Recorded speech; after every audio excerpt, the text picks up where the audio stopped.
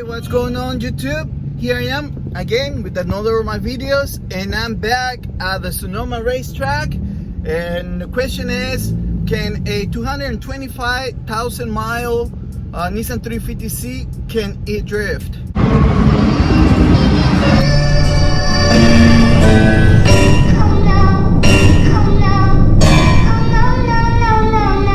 Just a little review of a high mileage Nissan 350Z drifting.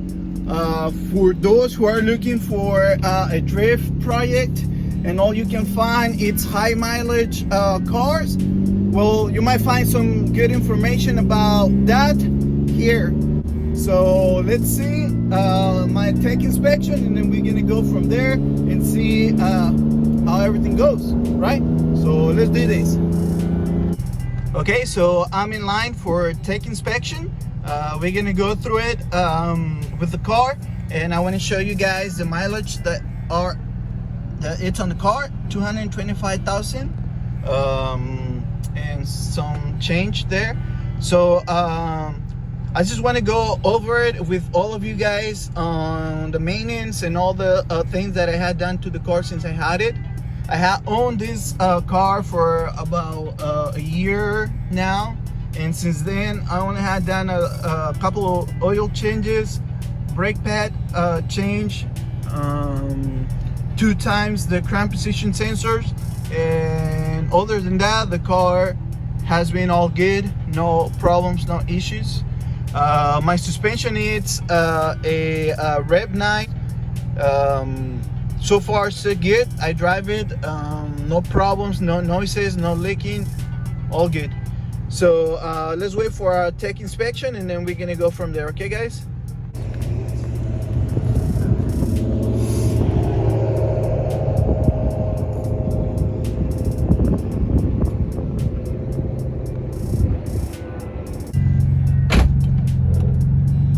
So those are the lights over here, ABS and brakes.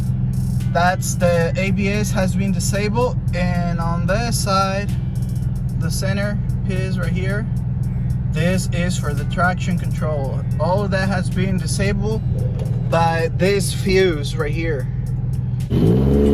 Alright guys, so this is my first run of the day. I was the first person to go, and I just want to apologize about how the camera it's recording. I thought it was recording the windshield, through the windshield. It didn't. So this is all I can show you guys from that day, from the inside of the car. But hopefully you guys see like all the action that's happening here with the steering and all that good stuff. So it wasn't bad. So let's see how it turned out. Okay.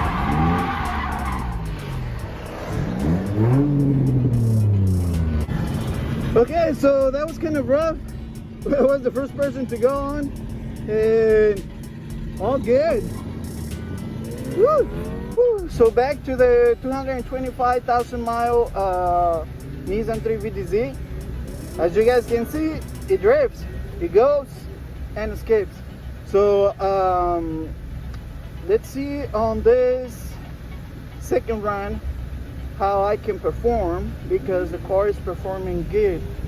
So here we go. Alright guys, so this is my second run, and I want you guys to see how the car is just throwing me around. I don't know if you guys can see that the car, when it's drifting to the driver's side, I'm bracing myself, holding to the door panel. So I'm just like holding myself in the seat. So as you guys can see, I'm driving with only one hand. And right before this, I got too close to the wall where like I tapped it. And you guys can see that when I'm tapping the wall, I'm absolutely one hand. This is one-handed contact. One-handed contact. See, so I'm one hand on the steering wheel and one hand bracing myself into the position of driving. by holding myself from the Okay, the guys, door so panel. So we had good. contact. I completely lost the freaking wall. I didn't see it where it was. Let's see what we did. All right.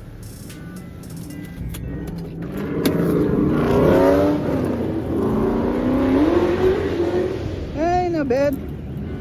Bolt tap. It is what it is.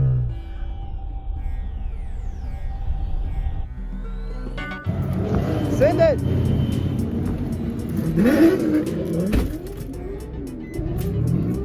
I like that.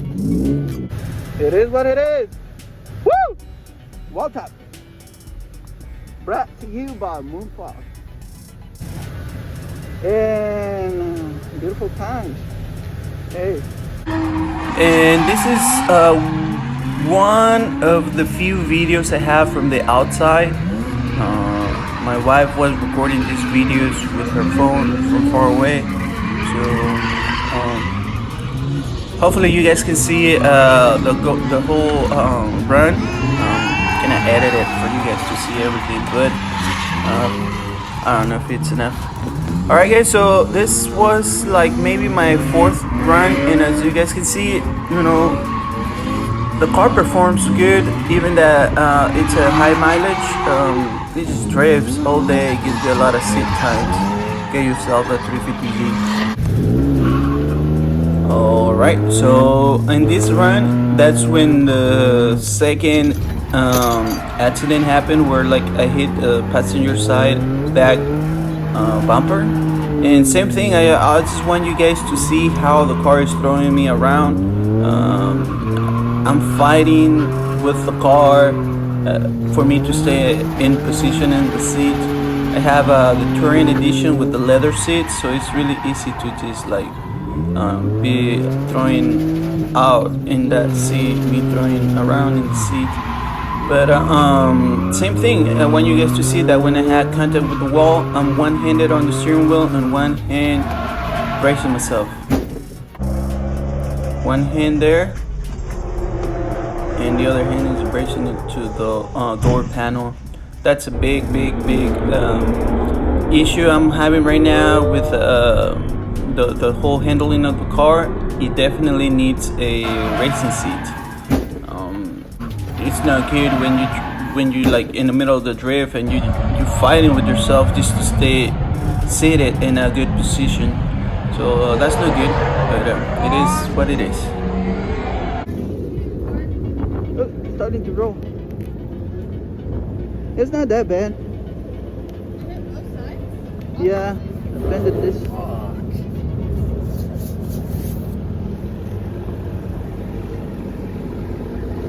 I say, man, awesome drifting out there, man. I love it. Thank you.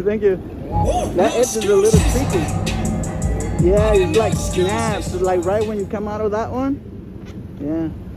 The first time I completely forgot, like kind of like where it was. It was totally both of the times was my mistake. Keep sending it. Hey, if you have made it to this part of the video, thank you for that. And don't forget to like and subscribe so the channel can keep growing, and that way we can get more viewers. And if you guys want to see the repair of the bumper, please just really subscribe, because I'm gonna make a video on how to repair the bumper. The idea of the channel is to teach how to do those kind of repairs. I'm a car painter, and I wanted to share that with you guys so we can keep drift cars nice and clean. Alright guys, subscribe.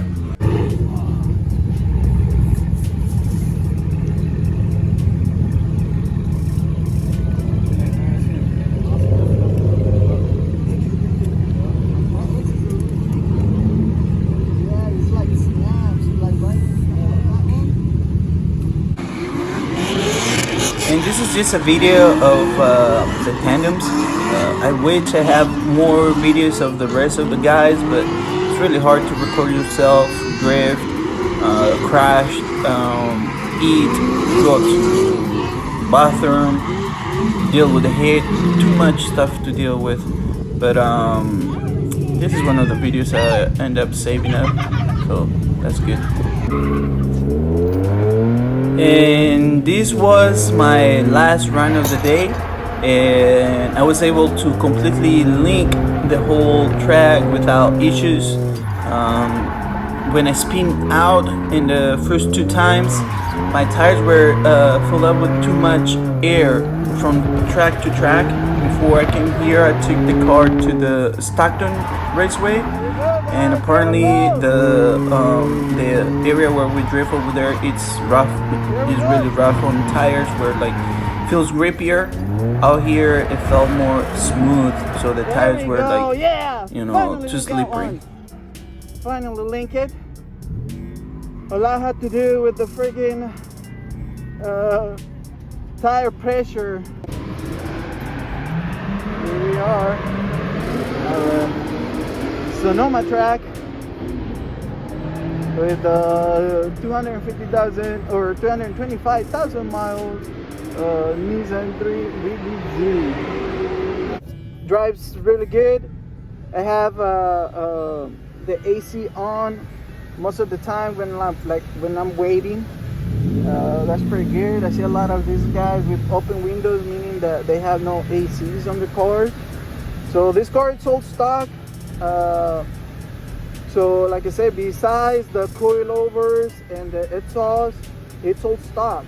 So the car handles good. This mileage that the car has is pretty much like if they were not there, the car performs really good. Although I have the ball cover gasket leak, like a lot of the VQs.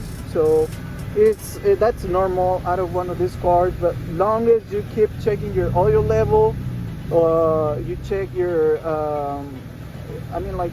you keep eye on your motor, mainly the consumption of oil. It's bad, especially when you have a leak. So after a race day or track day like this, I'll go home, let the car sit for a couple of days, check the levels on the car, oil levels and all this stuff. Once that's all good, then I drive it again. But it's usually what happens. I did an oil change on this car right before I came here, so I'm bringing it with fresh oil and cam position sensors, both of them from both sides. They got replaced. So like I said, the car performs good. It's the driver who needs to perform better, but it's so good. I mean, like a lot of seat time, a lot of good comments on the car, like even that I tapped the wall. All right, there, you like the track? Boom, boom. Bye bye, track.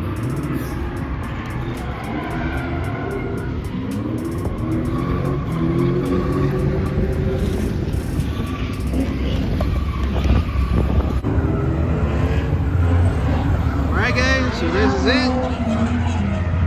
This is my damage I'm taking home. Not bad. Still looking very good. A little bit of buffing and it should be fine.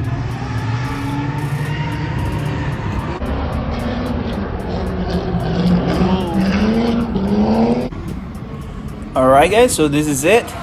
And please don't forget to like and subscribe, because you guys gonna see the repair of that bumper on our next video. All right, thank you guys for watching. This is Moonfog Garage.